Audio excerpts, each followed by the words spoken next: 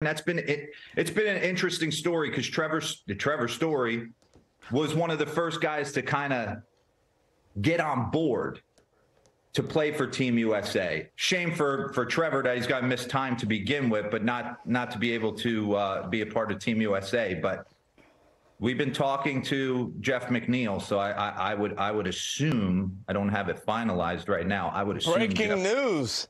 Yeah, I would assume Jeff, and to be honest with you, Mookie Betts is going to play some second base. All right, that was earlier Tuesday. Our Mark DeRosa, manager for Team USA, detailing the situation with Trevor Story, who's of course now injured, and maybe that opens the window now for Jeff McNeil to be a part of the United States squad. These are some of the notable commitments. I mean, this is a who's who of what should be a loaded roster. Of course, they're the reigning and defending champions in the World Baseball Classic. And let's say hello to our insider, JP Morosi, who joins us here on MLB Tonight. JP, we're 50 days away, as we said on Tuesday, from the 2023 WBC. So give us your number one storyline as we sit now just 50 days away.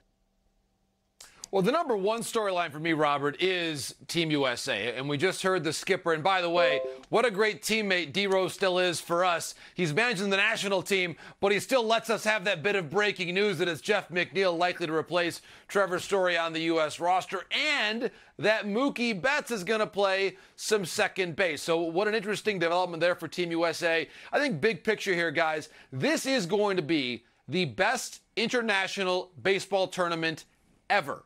Full stop. There has never been this amount of talent in the baseball world, and we've never had this quantity of the best players all playing in the World Baseball Classic. And I'm going to say that to see number 27, Mike Trout, playing center field at last in this tournament, a decade after his arrival to Major League Baseball, just tells you how big this event is truly going to be. Clayton Kershaw, later now in his career, he's already won a World Series.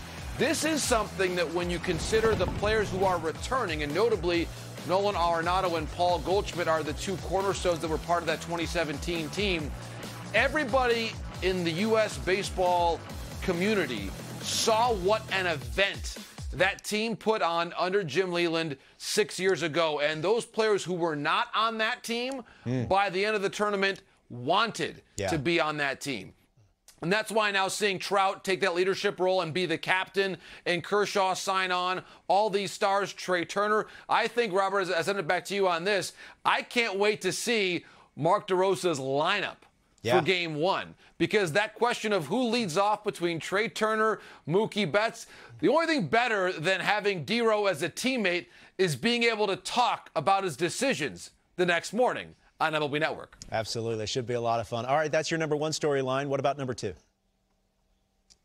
So number two for me is the Dominican Republic and their roster, specifically their infield. While D-Ro might have the best team we've ever seen the U.S. have, I think the best infield ever belongs to the Dominican Republic. Look at these stars we're rolling out here right now. Rafael Devers, we'll see what his role is going to be. Manny Machado, the captain of the team. Jose Ramirez, where is he going to play?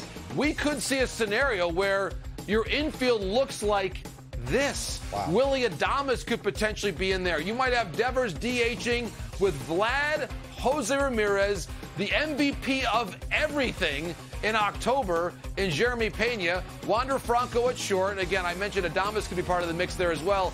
Manny Machado and Rafael Devers. You're welcome. And oh, by the way, one of the most electrifying talents we have seen come along in baseball in a generation, Julio Rodriguez, patrolling center field. Teoscar Hernandez, Eloy Jimenez, the reigning Cy Young Award winner in Sandy Alcantara. How about Luis Castillo for good measure? Robert, we could go on forever. The point is the amount of talent on the Dominican team might make them the co-favorites along with Team USA. Has it been decided? Is Soto in? Did I miss that? Is that official? Is he in or not? It's a great question. So Soto, it's not been decided yet if he's in or not. I was hearing mixed signals, 50-50, but I would say this. Stay tuned for all viewers. The overall roster reveal show a couple weeks away on MLB Network. There you go. What about Puerto Rico, who lost to the United States in the 2017 final? Marcus Stroman pitched the United States to the win over Puerto Rico. Now he's pitching for Team Puerto Rico.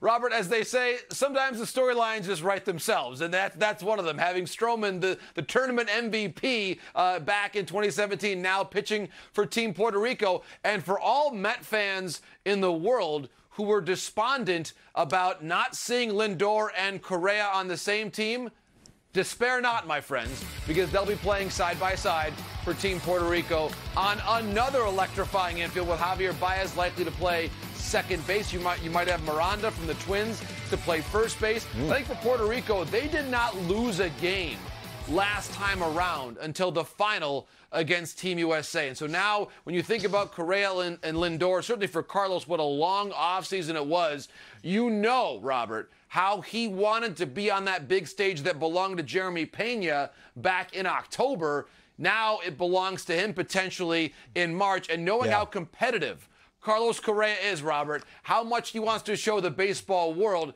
that he's still got it and he's still healthy. And what a better way to do that than the World Baseball Classic for Team Puerto Rico. A lot of stars playing for various countries and teams, but you make the assertion that maybe Team Japan has the best roster we've ever seen in this event. How come?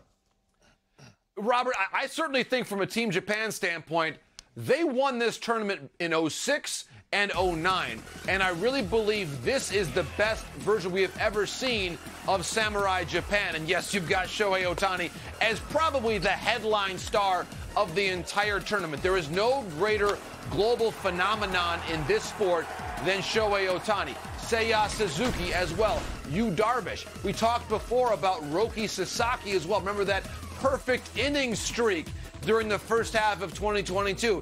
He's on the roster. Munetaka Murakami, he's the one who set the new home run record in NPB for all Japanese-born hitters. He is on the roster. Yamamoto, another star that we're likely to see in Major League Baseball here in the years to come. And Yoshida, who we just saw, of course, sign with the Boston Red Sox. So for me, Robert, the blend of talent between NPB, the top pro league in Japan, and also MLB, it's now all coming together, and recent experience playing together at a high international level matters. And Samurai Japan, the reigning Olympic champions from a year and a half ago, also the reigning Premier 12 champions, with Seiya Suzuki playing a key role in both of those tournaments. So they've got a lot of high-level international experience playing together, Robert. I can't wait. 50 days away, that's too long of a wait. I wish it all started tomorrow. Well, there's a lot of travel involved, JP, and you know, finances that need to be worked out. So I'm good. I'm glad we get 50 days. I mean, quite frankly, the schedules have to be built here at the network so we can kind of hammer all that out. So we need 50 days, all right? But it'll be here before we know it. Okay, fair enough. Good stuff, JP. We'll talk to you soon. Thanks. All right, at this point of the offseason, what is your favorite hitter doing right now to get prepared? Sean Casey, Dan O'Dowd are going to tell you next.